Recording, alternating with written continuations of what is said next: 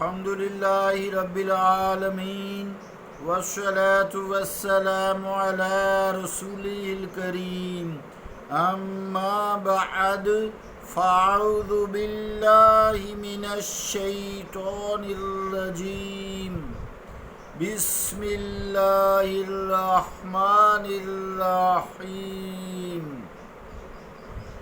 فأما الإنسان إذا ما ابتلاه ربه فأكرمه ونعمه فيقول ربي أكرمن وأما إذا ما ابتلاه فقدر عليه رزقه فَيَقُولُ رَبِّي أَهَانَنِ صدق اللہ العظیم۔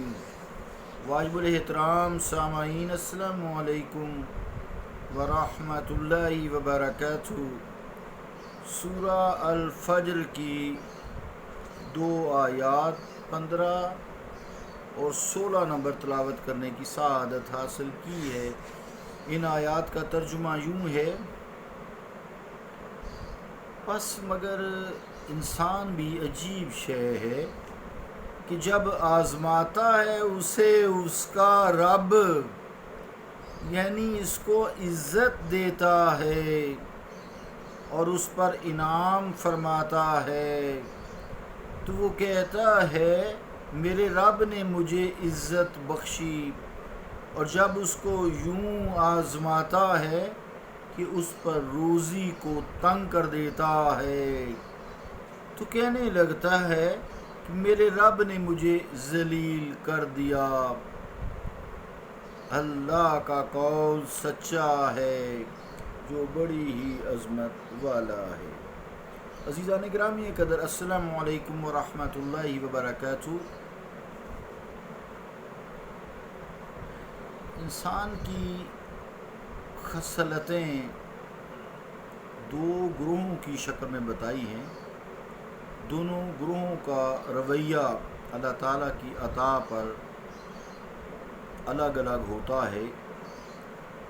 بعض لوگوں کے پاس مال و دولت کی فراوانی ہوتی ہے، رہنے کے لیے آرام دہ شاندار مکانات ہوتے ہیں، اولاد کی بھی کثرت ہوتی ہے، اولاد اچھی بھی ہوتی ہے، معاشرے میں بھی انہیں قدر و منزلت کی نگاہ سے دیکھا جاتا ہے، ان کی عزت کی جاتی ہے۔ ان کے برعکس بعض لوگ مفلس ہوتے ہیں، غریب ہوتے ہیں، تنگ دست ہوتے ہیں، کئی ایک محرومیوں کا شکار بھی بظاہر ہوتے ہیں، لیکن ان دونوں لوگوں کا رد عمل یکساں نہیں ہوتا۔ ان دونوں آیات میں یہی بات بیان کی گئی ہے۔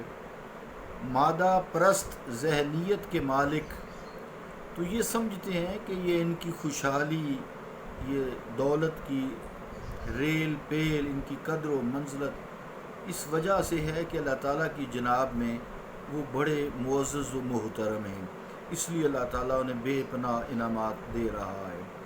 یہ آج بھی یہی حال ہے، الا ماشاء اللہ۔ اس لیے ان پر نوازشات کی بارش ہو رہی ہے، اور جب وہی لوگ وقت ایک جیسا نہیں رہتا، تنگ دستی غربت کا شکار ہو جاتے ہیں، تو سمجھتے ہیں کہ اللہ تعالیٰ نے انہیں اپنی نگاہ کرم، نگاہ فضل، نگاہ رحمت سے دور کر دیا ہے۔ اب اللہ تعالیٰ پر الزام دھر دیتے ہیں، تبھی ان کے ساتھ ہی ایسا سلوک اب اللہ تعالیٰ کر رہا ہے۔ پہلے اللہ خوش تھا، اب جو ہے ناراض ہو گیا ہے، پھر اللہ تعالیٰ کی طرف رجوع بھی نہیں کرتے، اسی طرح سرکشی کرتے ہیں۔ فصل کاشت کرتے ہیں تو اگتی نہیں، باغات ہیں تو پھلتے نہیں، کاروبار ہے تو چلتا نہیں، تجارت روز بروز زوال کا شکار ہو رہی ہے۔ ایسے لوگوں کے نزدیک اللہ تعالیٰ کی رضامندی اور ناراضگی کا دار و مدار دولت پر ہے، جاہ و جلال پر ہے۔ لیکن وہ لوگ جن کے دل جن کے دل نور ایمان سے بہت منور ہوتے ہیں، استقامت والے لوگ ہوتے ہیں، ہر حال میں اللہ تعالیٰ سے خوش رہتے ہیں اور شریعت اسلامیہ کی سچائی پر علم راسخ رکھتے ہیں، ان کی سوچ کا انداز بالکل جدا ہوتا ہے۔ وہ دونوں حالتوں کو اللہ تعالیٰ کی ابتلا یعنی آزمائش، امتحان سمجھتے ہیں اور کوشش کرتے ہیں کہ وہ دونوں قسم کے حالات میں کامیاب و کامران ہو جائے۔ اگر ان کی مالی حالت اچھی ہوتی ہے، ان کے پاس اثر و رسوخ ہوتا ہے، وہ مخلوق کی خدمت میں صرف کرتے ہیں، غریبوں کی امداد کرتے ہیں، کمزور اور ضعیف لوگوں پر اگر کوئی ظلم کرے تو ان کے سامنے دیوار بن کر کھڑے ہو جاتے ہیں۔ اگر حالات تنگ ہوتے ہیں تب بھی ایک جیسے رہتے ہیں، حالات خوشحال ہوتے ہیں تب بھی ایک جیسے ہوتے ہیں، نیکی کا دونوں صورتوں میں حکم دیتے ہیں، برائی کو بیج سے اکھاڑنے کی کوشش کرتے ہیں، اور دونوں حالتوں میں فقر و فاقہ، غربت کا جب دور آتا ہے، جب امارت بھی ہوتی ہے تو شکر کا دامن، اور جب غریب ہوتے ہیں صبر کا دامن نہیں چھوڑتے۔ دونوں حالتوں میں صبر، شکر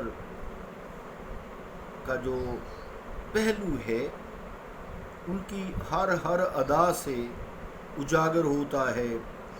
پھر وہ جب تنگ دست ہوتے ہیں تو کسی کے سامنے ہاتھ پھیلانا اپنی حد تک سمجھتے ہیں، اپنی مالی حالت کو درست کرنے کے لیے حرام ذرائع استعمال نہیں کرتے، اپنے تعلقات استعمال نہیں کرتے۔ اس غربت و افلاس میں بھی انہیں اپنے علیم و حکیم پروردگار کی کروڑوں حکمتیں دکھائی دیتی ہیں۔ قرآن کریم نے ان دونوں آیات میں ان دونوں حالتوں کو ابتلا و آزمائش سے تعبیر کیا ہے، جس سے صاف پتہ چلتا ہے کہ دولت کی قلت و کثرت اللہ تعالیٰ کی رضا و ناراضگی کا معیار نہیں ہے، بلکہ ان دونوں صورتوں میں جو طرز عمل ہے انسان تو نے اختیار کیا ہے، اسی کے باعث آپ اپنے رب کی خوشنودی یا غضب کے مستحق ہوتے ہیں۔ وہ جسے چاہتا ہے دولت زیادہ دے دیتا ہے، جسے چاہتا ہے اس کی دولت کو کم کرتا ہے۔ وہ علیم و حکیم ہے، جانتا ہے کسے کیا دینا ہے، اس کی کیا ضرورت ہے، یہ کسے صحیح استعمال کرے گا، ہر کام اس کا حکمتوں سے پر ہے۔ ان نادانوں کے اس نظریہ کو اللہ رب العالمین نے اس کا بطلان کیا ہے۔ دونوں اس کے فضل کی نشانی نہیں، یعنی دولت جو ہے اس کے فضل کی نشانی نہیں، اور غربت جو ہے اس کی تحقیر کی وجہ سے نہیں ہے، بس اللہ کی عطا ہے۔ فَلَيْسَ الْغِنَى بِفَضْلِهِ وَلَا الْفَقْرُ لِهَوَانِهِ۔ تفسیر قرطبی۔ نبی رحمت علیہ السلام نے بڑی وضاحت کے ساتھ اس حقیقت سے پردہ اٹھایا ہے۔ فرماتے ہیں یقول اللہ عز وجل کلا انی لأکرم من اکرمت بکثرت دنیا ولا اہین من اہنت بقلتها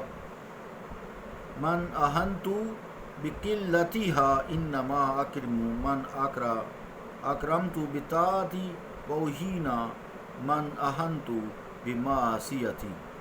ترجمہ کیا ہے اس کا حدیث پاک کا؟ اللہ تعالیٰ کا ارشاد ہے کہ میں جس کی عزت کرتا ہوں کثرت دنیا کی وجہ سے نہیں، اور جس کو ذلیل کرتا ہوں غربت کی وجہ سے نہیں، بلکہ میں اپنی اطاعت کی وجہ سے کسی کو سرفراز کرتا ہوں اور اپنی نافرمانی کی وجہ سے کسی کو ذلیل کرتا ہوں۔ عزیزان گرامی قدر، اللہ تعالیٰ ہمیں ہر حال میں اپنی نعمتوں کا شکر ادا کرنے کی توفیق عطا فرمائے، اور اگر کوئی تکلیف آ جائے تو اس پہ صبر کرنے کی توفیق عطا فرمائے۔ شکر صبر سے بہتر ہوا کرتا ہے، چونکہ شکر نعمت پہ کیا جاتا ہے، عنایت پہ کیا جاتا ہے، عطا پہ کیا جاتا ہے، لیکن صبر مصیبت پہ کیا جاتا ہے۔ اللہ تعالیٰ ہمیں دونوں صورتوں میں جو بھی اس کی رضا ہے ہمیں صبر و شکر کی توفیق عطا فرمائے۔ صلی اللہ تعالی علی رسول خیر خلقہ محمد وعلی آلہ و اصحابہ اجمعین برحمتک یا ارحم الراحمین۔